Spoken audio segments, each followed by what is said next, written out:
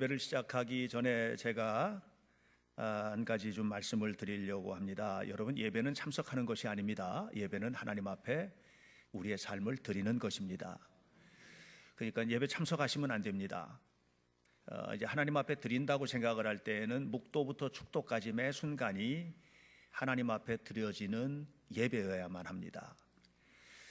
또 이 시간에 하나님의 말씀을 선포하는 시간인데, 설교는 듣는 것이 아닙니다. 여러분들이 설교를 들으려 하시면 안 됩니다. 설교는 함께 하는 것입니다. 저는 설교를 준비하면서도 성도의 마음에서 또 하나님 주신 영감으로 또 이 교회의 지도자로 하나님이 세우셨기 때문에 안수받은 성직자로서 설교 준비를 하지만, 그것은 이제 담임 목사에게 주신 특별한 특권이고 하나님의 인도하심이고 은혜죠. 그런데 이 시간에 함께 설교를 들을 때 여러분들은 그냥 들으시면 안 됩니다. 함께 설교를 하는 거예요. 다시 말하면 설교에도 참여하는 것입니다. 저는 설교를 하면서 참여합니다. 듣거든요, 저도. 그래서 그 듣는 방식은 경청, 잘 듣는 것입니다. 우리 교회 성도들은 거의 설교 시간에 조시는 분이 거의 없으세요. 거의 없으세요. 그런데 거의 없다는 말은 가끔 한 번씩은 있다는 얘기예요. 거의 없으신데 경청하셔야 됩니다. 그 다음에 공감하셔야 됩니다. 공감한다는 것은 그냥 저게 정말 맞아, 내 마음에도 맞고 다 맞아, 이게 공감이 아니에요. 하나님의 말씀 안으로 들어가는 것이 공감이에요. 그러니까 공감은 동의하는 게 아니에요. 하나님의 말씀이 선포되는 자리에 함께 가는 거예요. 그리고 난 다음에 이런 공감을 거쳐서 응답하는 겁니다. 응답은 말씀을 들을 때 뭐 크든 적든 마음속으로든 아멘하고 응답하는 것도 응답이지만, 삶 속에서 그대로 살아내는 게 응답이에요. 이게 함께 설교하는 거예요. 그래서 오늘 제가 여러분 예배를 참석하는 게 아니라 예배를 하나님 앞에 드려지는 것이다. 이게 정상적인 문법적 표현에 의하면 예배한다, 이것이 맞지만 하나님 앞에 온전히 드려지는 것이다 하는 것이고, 설교는 듣는 것이 아니고 함께 하는 것임을 여러분 꼭 기억하시고, 이 시간에 설교에 하나님 주신 말씀 앞에 응답하는 성도들이 되시기를 축복합니다. 오늘은 다데오에 관한 이야기를 함께 나누겠습니다. 예수님의 12 제자를 함께 묵상하고 있습니다. 그 요한복음 14장의 다데오에 관한 기록이 오늘 성경 본문에 나와 있는 이 석절, 이것이 이제 다데오에 관한 내용의 전부라고 보시면 됩니다. 마태복음 13장에 제자들을 소개할 때, 마가복음 3장에서 제자들을 소개할 때, 그 다음에 누가복음 6장에서 제자들이 누구누군지에 대한 이야기를 할 때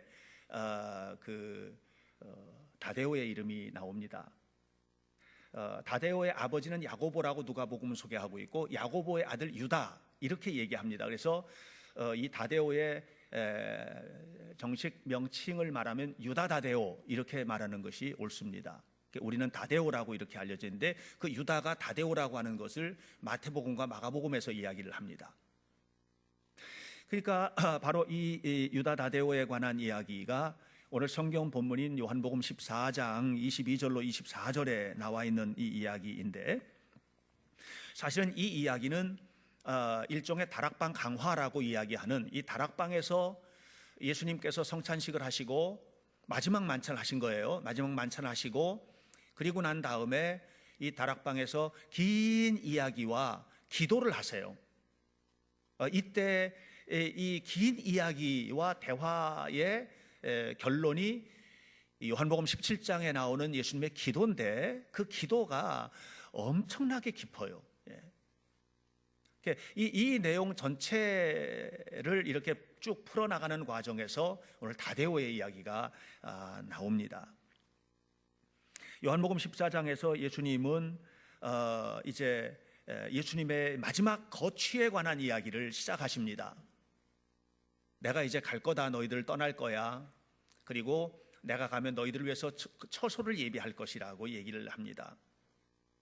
그러면서 내가 가는 길을 너희들은 다 알고 있어, 이렇게 예수님께서 요한복음 14장 2절로 3절에서 말씀하시자, 도마가 느닷없이 나서면서 알긴 뭘 한단 말입니까 하고 나섭니다. 예수님이 어디로 가시는지 우리가 가기는 어딜 가신다고 그러세요 하면서 도마가 이야기를 합니다. 그러자 예수님께서 6절로 7절에서 이야기합니다. 내가 길이고 진리고 생명이다. 나를 만난 자는 하나님을 만났고 나를 본 자는 하나님을 보았다.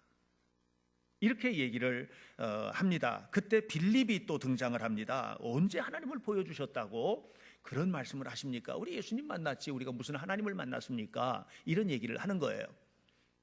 그러자 이 이야기에서 예수님은 긴 응답을 하십니다. 그 긴 응답이 7절로부터 시작해서 21절까지 나오는 얘기입니다. 그 속에는 이 땅에 보내실 성령에 관한 말씀도 하십니다. 다시 바꿔 말하면 예수님과 지금 대화를 하는데 완전 동문서답이에요. 그동안에 예수님께서 3년 동안 함께 사역을 하시면서 제자들에게 수많은 말씀을 하셨고 예수님께서 왜 오셨는지 내가 누군지에 대한 얘기도 끊임없이 하셨습니다. 그런데 제자들의 마음속에는 그거 하나도 안 남아 있습니다. 지금 그러면서 이야기하기를 예수님께서 내가 너희에게 하늘나라의 영광을 다 보여주었다. 너희에게 성령도 보내줄 것이다. 그랬더니 다데오가 이렇게 말합니다. 22절에서 하나님, 예수님, 어찌하여 우리에게만 영광을 나타내시려고 하십니까? 모든 사람에게 다 나타내시죠.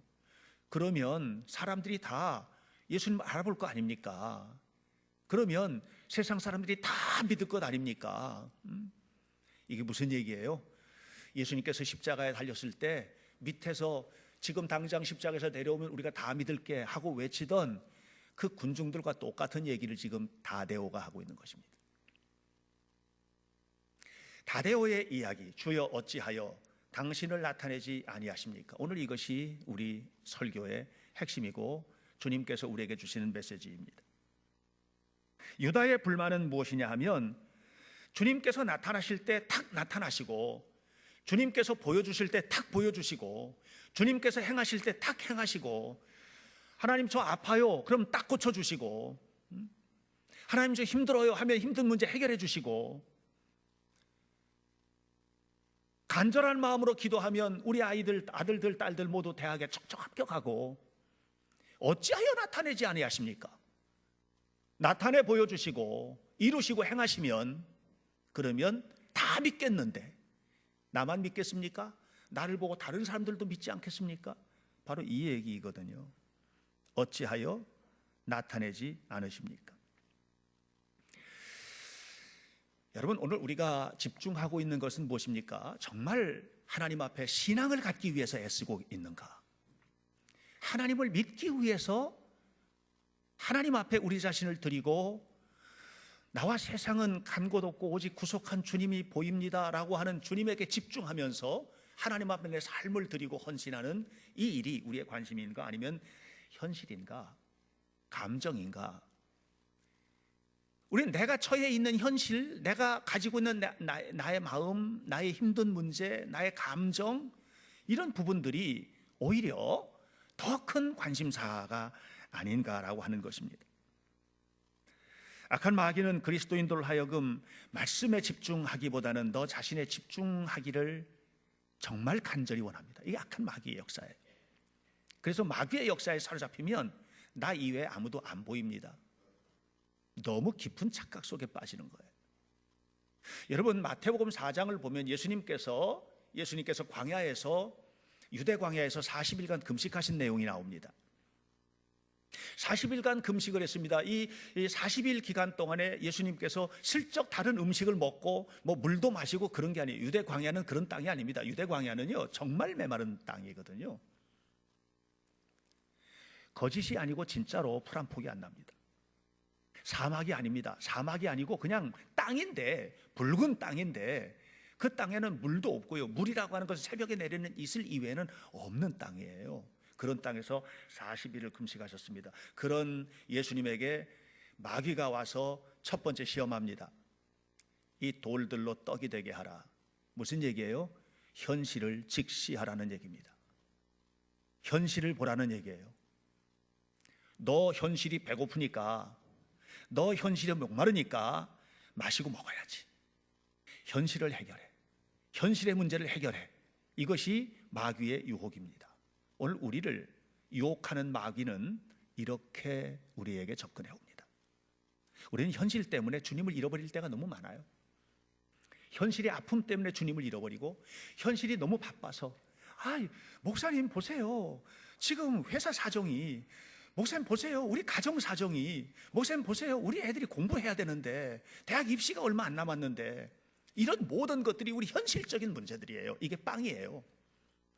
이런 현실의 문제를 만나면 주님이 사라져버리는 거예요. 마귀가 예수님에게 도전했던 첫 번째 도전입니다. 돌이 떡이 되게 하라. 현실을 똑바로 봐라. 그리고 현실의 문제를 해결해라. 이게 첫 번째 문제입니다. 두 번째, 마귀가 예수님에게 접근해 왔던 것은 뭐냐면, 네 이름을 높여라, 유명해지라는 거예요. 네가 높아져야지. 너를 알려. 자, 성전 높은 꼭대기에 세워놓고 뛰어내리면 천사들이 받을 것이고, 그러면 온 세상이 환호할 것이라는 거죠. 이것이 두 번째 마귀가 주었던 유혹입니다. 알아줘야 되는 거예요. 직장에서도 알아줘야 되는 거예요. 교회에서도 알아줘야 되는 거예요. 어디 가서든지 나라는 존재를 알아줘야 되는 거예요. 나라는 존재 몰라주면 안 됩니까? 몰라줘도 괜찮아요. 주님이 드러날 수 있다면. 근데 오늘 우리가 살아가면서 마귀가 끊임없이 유혹하는 것은 뭐냐면, 너에게 집중하라는 거죠. 너에게 집중해서 너 자신의 살아있다는 것을 보여줘라는 거예요. 이것이 두 번째 유혹이에요. 세 번째 유혹은 무엇입니까? 힘을 가지라는 거죠. 네가 나에게 절하면 세상의 모든 것을 주겠다. 여러분, 힘 앞에는 여러분 비겁한 것도 모르고 굴복해요. 힘 앞에는 이 힘이라고 하는 것이 주는 이 힘이라고 하는 것이 주는 매력이 굉장히 커요. 요즘에 그 대한항공 한진 가문의 가족들이 어려움을 당하는데, 20년 전으로 한번 가봅시다. 이건 절대로 있을 수 없는 일이에요, 이게. 그런데 지금은 뭐야? 시민사회가 힘을 가졌어요.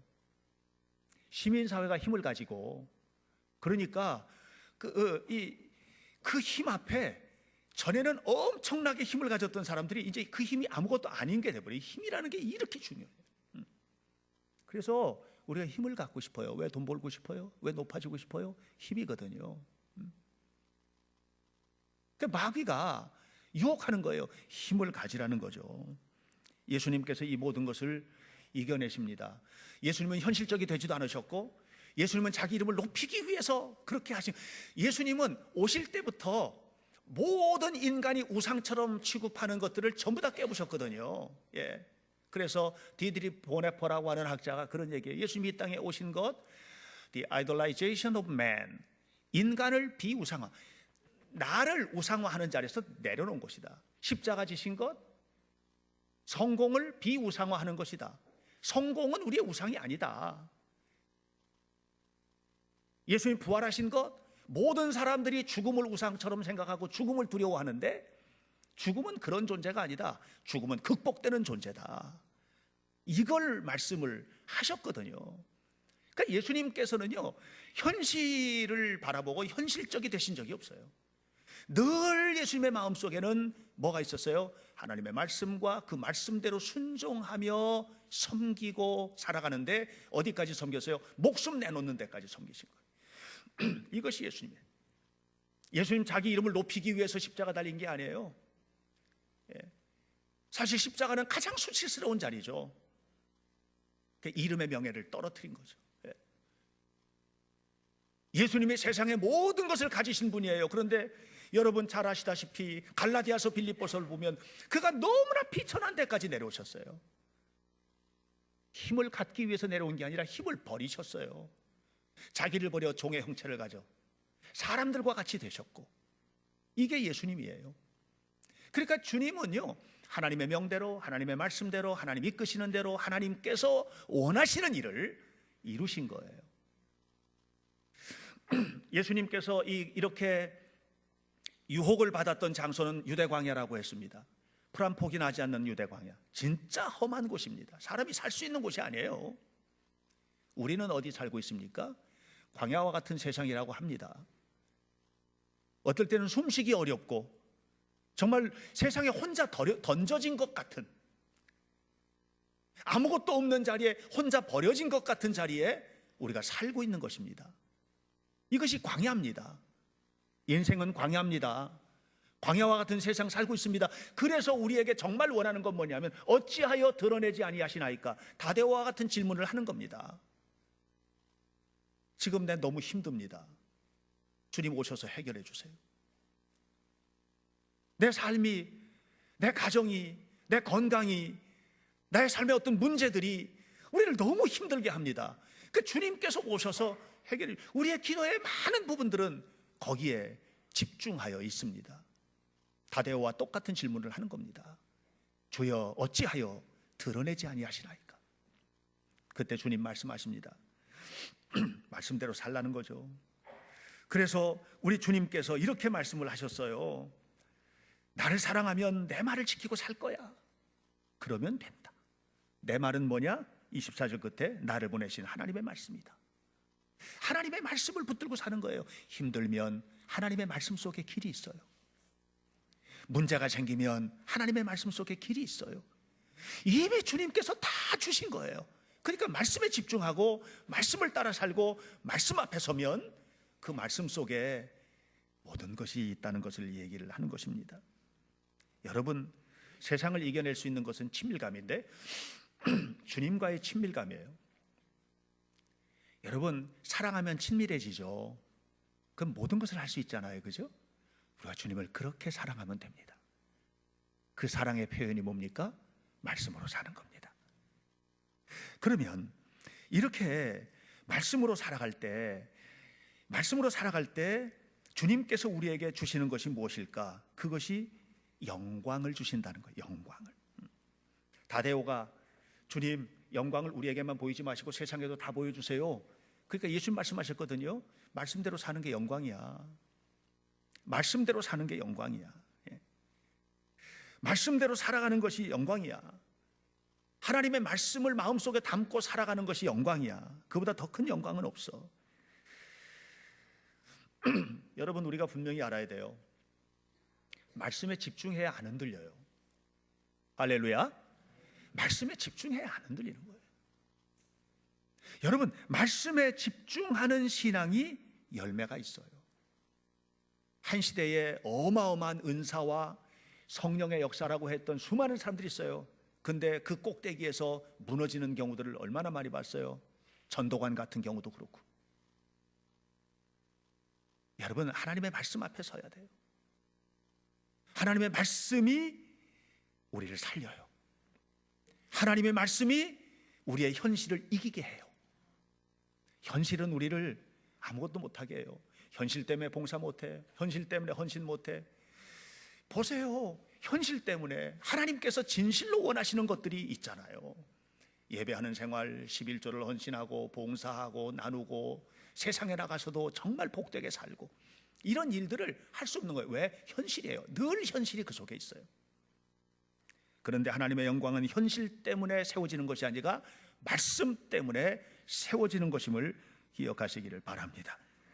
이번에 성지순례를 12일간 진행을 했는데 성지순례 하면서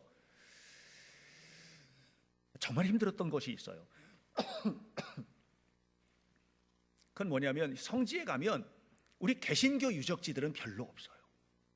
예루살렘 안에도 후에 만든 조그만 예배당 하나 달랑 있어요. 모두 다 로마 가톨릭 교회, 그 다음에 동방 정교회, 아르메니안 교회, 이집트 곱틱 교회, 이게 뭐냐면 엄청난 역사를 가진 교회들, 2000년 역사를 가진 교회들이거든요. 그런 교회들의 유적지들은 그냥 가는 곳마다 있는데 개신교 유적지는 없어요. 찾아보기가 힘들어요. 마리아, 심지어는 마리아 부모님을 위한 예배당도 있어요. 로마 가톨릭 교회가 해놓은 거예요. 마리아가 태어난 집도 만들어놨어요. 가면 십자가는 없어요. 거기는 오직 마리아만 있어요. 마리아가 천사로부터 계시를 받았다고 하는 수태고지 교회 나사렛에 있습니다. 어마어마한 교회입니다. 이스라엘에서 가장 큰 교회. 그곳에 가도 마리아의 흔적들만 찾을 수 있어요. 심지어는 마리아가 죽었다는 것도, 그런데 또 마리아가 승천했다는 예배당도 있어요. 마리아가 승천했답니다. 이걸 다 걷어내고 하나님의 말씀을 붙들고 하나님의 말씀에 집중하면서 순례하는 일이 쉽지 않았어요. 그래서 매일 예배하고 매일 함께 기도하면서 순례를 했습니다. 세상은 우리를 혼란스럽게 합니다. 주님께 집중하지 못하게 하는 일들이 너무 많아요. 이걸 다 걷어내고 오직 주님께 집중하고 오직 말씀에 집중하고 살아가는 거, 이걸 주님께서 지금 말씀하시는 거예요. 어찌하여 드러내지 아니하십니까? 말씀에 집중하면 다 나타난다. 이것이 주님의 말씀입니다. 사도 바울이 고린도후서 12장 1절 이하에서 말했습니다. 주님, 나는 주님의 환상도 받고 신비도 받고 죽은 자가 살아나는 것도 경험했고 온갖 것들을 다 받고 심지어는 3층 하늘까지 올라갔고 천국과 지옥도 갔다 왔고, 이게 사도 바울의 경험이에요. 그런데도 죽겠는 거예요. 뭐가 죽겠어요? 육신의 가시 때문에 죽겠는 거예요. 이게 고린도후서 12장의 얘기예요. 그런데도 육신의 가시가 오니까 현실이잖아요. 이게 현실. 죽겠는 거예요. 그 육신의 가시가 뭐냐? 학자들은 말합니다. 눈의 안질이 너무 심해서, 안질, 그냥 눈물이 줄줄줄 막 고름이 나오는 정도로 눈이 짓물러진 거예요. 너무너무 힘들잖아요. 또 간질도 있었다는 거예요. 간질도 그냥 느닷없이 말씀 전하다가도 푹 쓰러져서 거품 불고 간질을 하면 누가 예수 믿겠냐, 나 같은 사람 보고. 이게 이제 사도 바울에게 너무 힘든 문제입니다. 이게 현실이에요. 이겨내질 못하는 거예요. 이걸 어떤 바울이에요?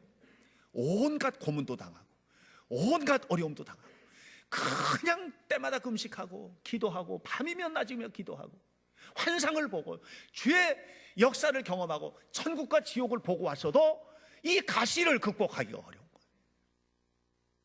이게 인간이에요. 그런데 그게 언제 극복돼요? 주의 말씀 앞에 극복됩니다. 바울아, 네가 약할 때 강해지는 것이야. 약할 때 더욱 사모하게 되는 것이야. 네 약함이 강합니다. 이렇게 말씀을 하세요. 그 말씀 딱 듣고 붙드는 순간, 주님 감사합니다. 나의 약함이 주의 은혜입니다. 이렇게 극복합니다. 주님께서 오늘 다데오에게 그 얘기하는 겁니다. 다데오가 나타내 보여주시죠. 지금 당장 보여주세요. 이렇게 할 때 예수님께서 말씀하시는 거예요. 나를 사랑하는 자는 말씀을 지킬 것이다. 내 말은 내 말이 아니고 하나님의 말씀이다. 그러므로 이 말씀대로 살아가는 것이 영광이다 하고 이야기를 하고 있습니다. 그러면 말씀대로 살아간다는 것은 무엇일까요? 그 영광은 본다는 것은 무엇일까요? 그것은 하나님의 말씀에 순종하고 사는 것입니다. 여러분, 말씀은 아는 자가 누리는 것이 아니고 순종하는 자가 누리는 거예요.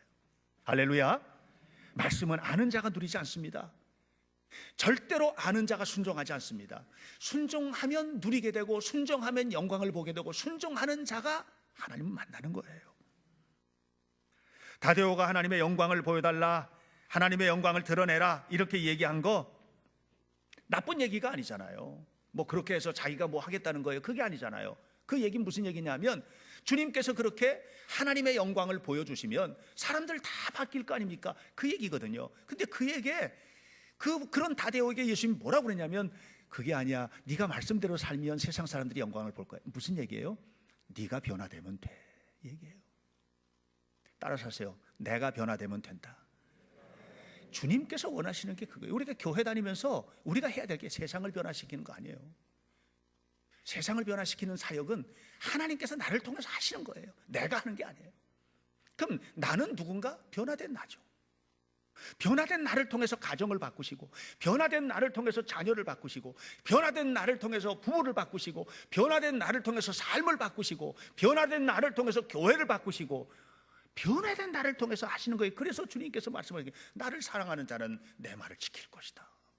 내 말은 다른 게 아니다. 아버지의 말이다. 이렇게 말씀을 하고 있어요. 그러니까 이 말씀 안에 살아가는 것이 너무너무 소중합니다.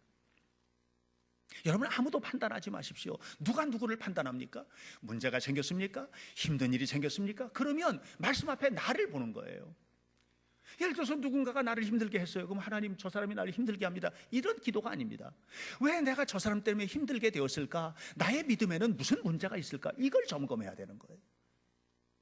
그러니까 그 속에는 항상 말씀 앞에 선다는 것은 뭐냐면, 그 속에서 항상 나를 돌아보고 내가 하나님 앞에 서서 그 말씀에 순종하는 삶을 살고, 그를 통해서 하나님의 거룩한 신비가 드러나도록 하는 거, 이것이 우리의 신앙이 돼야 된다는 거예요. 이스라엘에는 교육기관이 3단계로 진행이 된다고 합니다. 유대교를 얘기하는 것이 아니라 이스라엘의 교육 시스템을 얘기하는 것입니다. 처음에 그들이 가는 교육 시스템은 뭐냐면 벳하쉐퍼. 이 벳하쉐퍼라고 하는 것은 성경의 집이라는 뜻이에요. 이게 초등학교 과정과 같은 거예요. 초등학교 과정. 이건 뭐냐면 하루 종일 성경 읽고 성경 외우고, 이게 이스라엘 초등학생들 하는 일이에요. 그냥 성경 읽고 성경 외우고, 이게 끝나고 나면 베트 탈무드, 설명의 집이죠. 설명의 집. 그 다음에는 뭐냐면 살아보는 거예요. 살아봤는데 그 삶이 안 돼. 그러면 왜 안 되지? 이것을 학교에서 서로 토론하는 거예요. 막 서로 토론하고, 난 이렇게 했는데 이게 잘 안 되더라. 너는 어떠냐? 가정에서도 토론하는 거예요. 부모하고 자녀하고. 그 속에는 뭐냐면 하나님의 말씀을 서로 나누고 토론하는 일이 있는 거예요. 그러면서 어떻게 살아야지 하나님이 기뻐하실 일인지를 생각하게 돼요. 그러고 나면 벳 미드라시, 연구의 집으로 가는 거죠. 그건 뭐예요? 깊어지는 것이고, 그 깊이가 이제는 세상과 나눠지는 것으로 가는 거예요. 그러니까 이런 성경 말씀과 관련해서 그들의 교육 시스템이 유능한 유대인들을 만드는 거거든요. 그러니까 그들에게 있어서 중요한 건 뭐냐면, 그냥 이렇게 한번 해보고 안 되면 말고, 이게 아니고 하나님의 말씀이 먼저예요. 늘 내 삶이 먼저가 아니에요. 현실이 먼저가 아니에요. 하나님의 말씀이 먼저예요.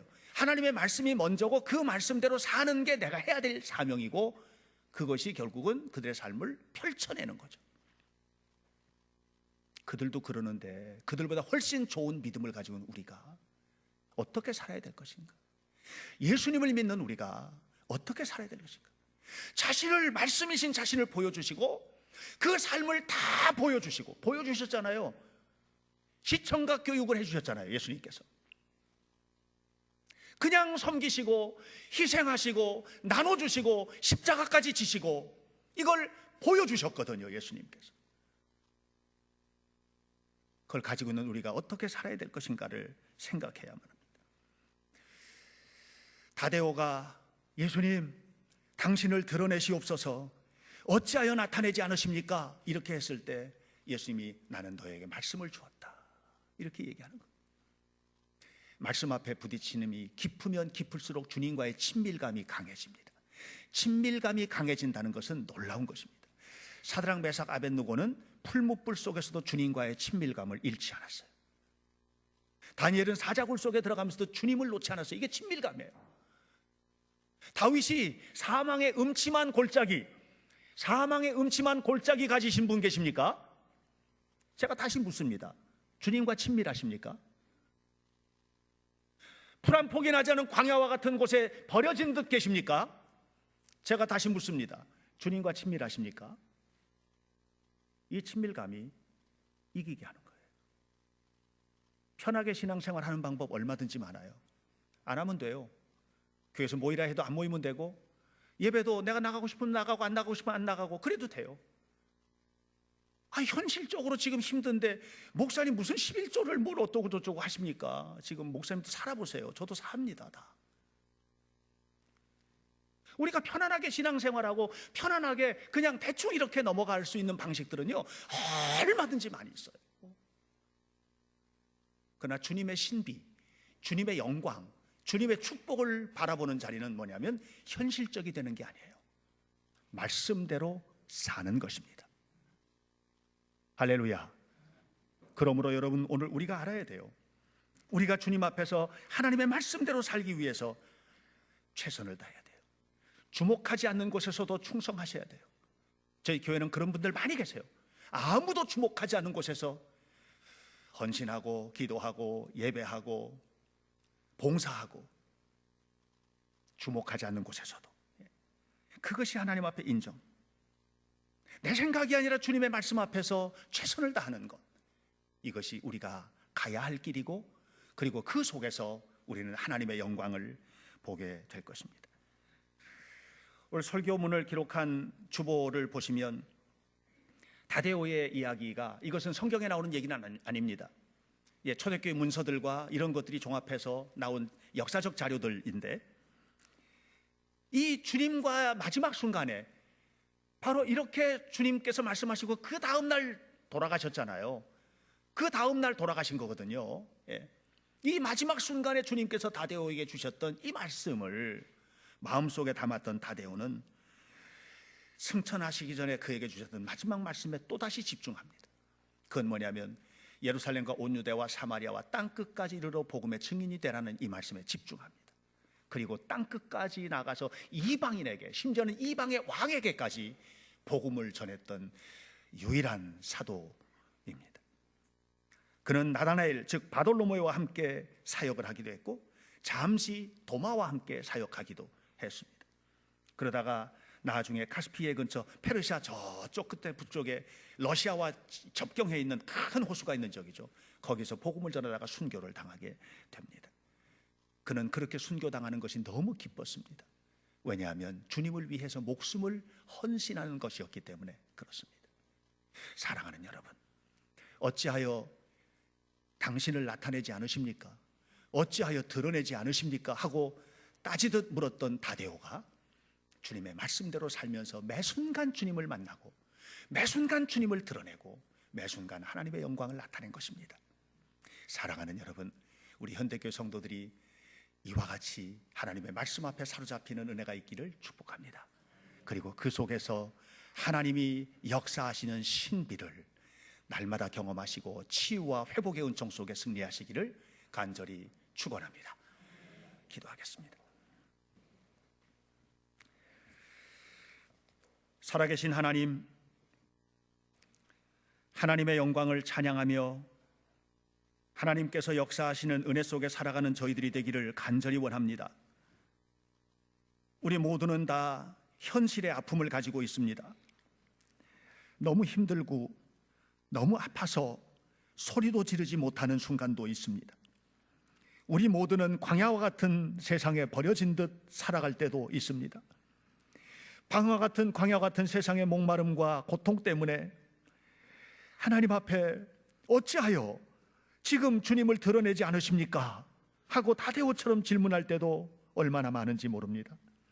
그러나 주님께서는 우리에게 대답하시기를 말씀이 답이다, 말씀대로 사는 게 답이다 하셨으니 이제 말씀대로 살게 하시고 그 말씀대로 삶으로 하나님의 영광을 드러내는 거룩한 하나님의 사람이 되게 도와주시고, 이를 통해서 하나님이 드러나는 현장, 하나님이 나타나는 역사, 치유되고 회복되는 은혜, 부욕해 되는 하나님의 영광을 경험하게 하옵소서. 예수님의 이름으로 기도하옵나이다.